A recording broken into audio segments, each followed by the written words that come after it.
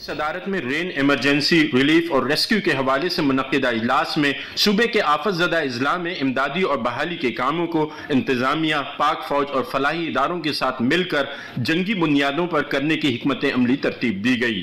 اجلاس میں مراد علی شاہ نے بتایا کہ انہوں نے صوبے کے مختلف اضلاع کا دورہ کیا ہے جہاں کچے مکانات اور فصلیں تباہ ہوئی ہیں، وہیں سڑکوں اور سرکاری عمارتوں کو بھی شدید نقصان پہنچا ہے۔ انہوں نے کہا کہ ان کی خواہش ہے کہ سندھ حکومت انجینئرنگ کور اور کور 5 کے متعلقہ نمائندے مل کر نقصانات کا سروے کریں، جبکہ نقصانات کا تخمینہ یونین کونسل کے ذریعے بھی لگایا جائے اور ڈپٹی کمشنر کے پاس اس کا ریکارڈ موجود رہے۔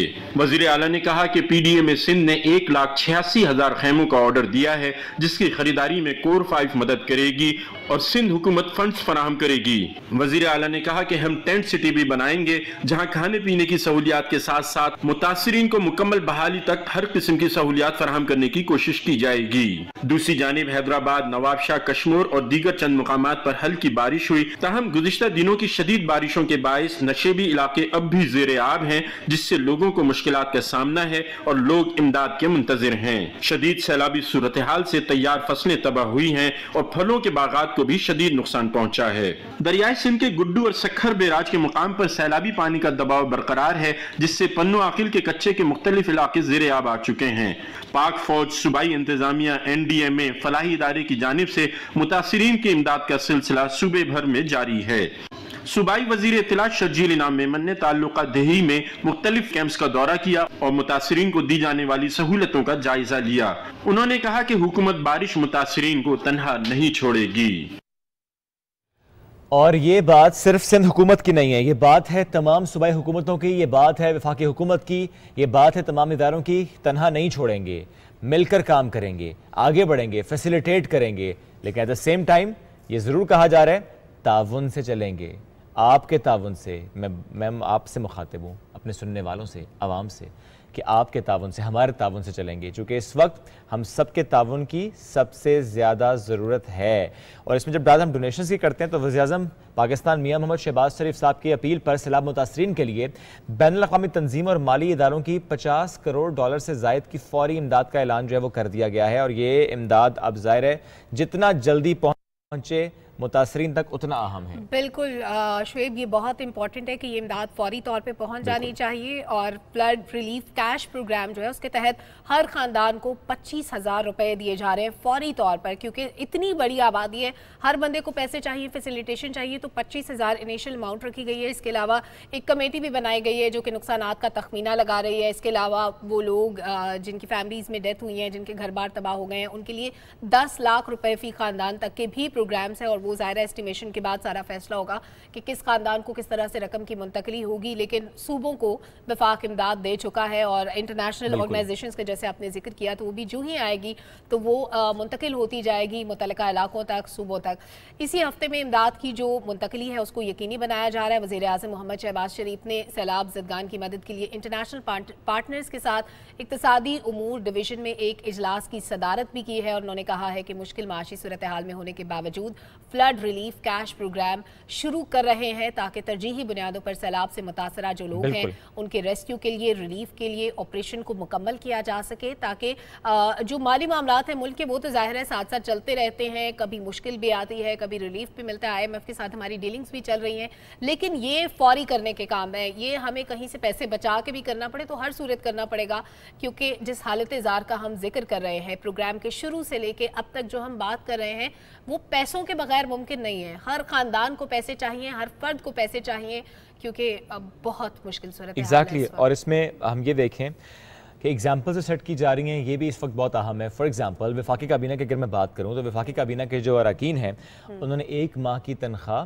سیلاب متاثرین کو دینے کا اعلان کیا ہے۔ یہ بڑی اچھی بات ہے کہ ہمارے پولیٹیشینز کی طرف سے ایسا بیان آنا، ایسے جسچر کا شو ہونا، اور اس سب میں ہم سب کو بھی حصہ لینا چاہیے، اپنی تنخواہ کا ایک حصہ ہی صحیح، چونکہ ظاہر ہے آپ کو یہ ضرور سوچنا چاہیے کہ اپنی تنخواہوں میں سے کچھ حصہ ضرور نکالیے اور یہاں تک پہنچائیے. ایون فوج کی طرف سے, پاکستان فوج, ہماری آرمی, ان کی طرف سے بھی کچھ اعلانات کیے گئے ہیں تنخواہ کے حوالے سے کہ وہ بھی جو ہے وہ تنخواہیں, اس کا کچھ حصہ جو ہے وہ ظاہر وہاں تک پہنچ رہا ہے. ویسے بھی ظاہر وہ ہمیں پیش نظر آتے ہیں فلڈ ریلیف ایکٹیویٹیز میں, اور اب ظاہر تنخواہ کی مد میں بھی وہ انہوں کی طرف سے اعلان کیا گیا کہ وہاں پہ ضروری نہیں ہے کہ پیسوں کی صورت میں ہو مدد. آپ راشن اگر دے سکتے ہیں, اگر آپ اپنے گھر سے کچھ راشن علیحدہ کر لیں ان فیملیز کے لیے جو اس وقت مشکل میں ہے, تھوڑا سا آٹا, تھوڑی سی دالیں, کچھ مسالہ جات, تو وہ بھی آپ کی طرف سے ایک بہترین مدد ہوگی. اور ایک اور بات بھی سلمہ اس میں کہ یہ ہم بات کھانے پینے کی تو کر رہے ہیں, ہمارے گھر میں ہی دیکھیے, ہم سب کے گھروں میں آپ دیکھیے,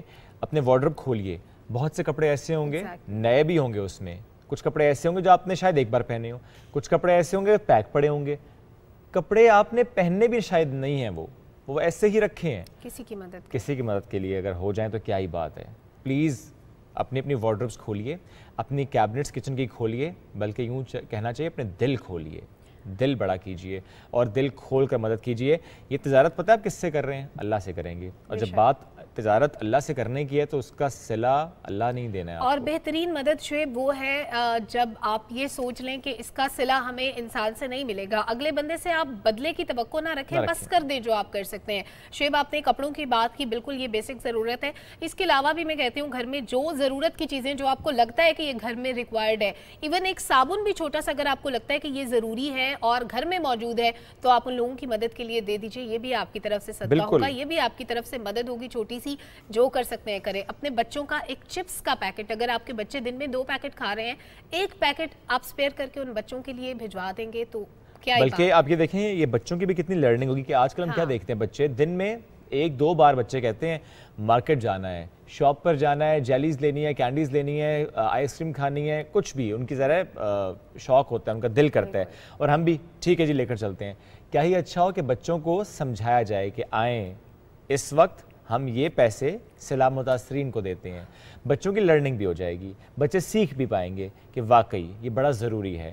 کہ جب بچوں کو ہم یہ سکھاتے ہیں نا کہ لیٹس ناٹ ویسٹ منی, ذرا جب بچہ ضد کرے کہ مجھے یہ بھی چاہیے, مجھے یہ بھی چاہیے, مجھے یہ بھی چاہیے, یہ ٹوائے بھی, یہ ٹوائے بھی, یہ ٹوائے بھی, تو ہم نے سکھاتے ہیں کہ نو میٹر ہم افورڈ کر سکتے ہیں, لیکن بچوں کو سکھانا ہے کہ افورڈیبلٹی ایک اور معاملہ ہوتا ہے, لیکن ہمیں یہ دیکھنا ہے کہ کہیں ہم ضیاع تو نہیں کر رہے پیسے کا. ایٹ دا سیم ٹائم ان بچوں کو یہ سمجھایا جا سکتا ہے کہ بالکل بیٹھ کے پیار سے کہ یہ جو چیز آپ کے پاس ہے نا, جو خوشی آپ کو ملی ہے, آؤ یہ خوشی کسی اور کے بچے تک پہنچاتے ہیں.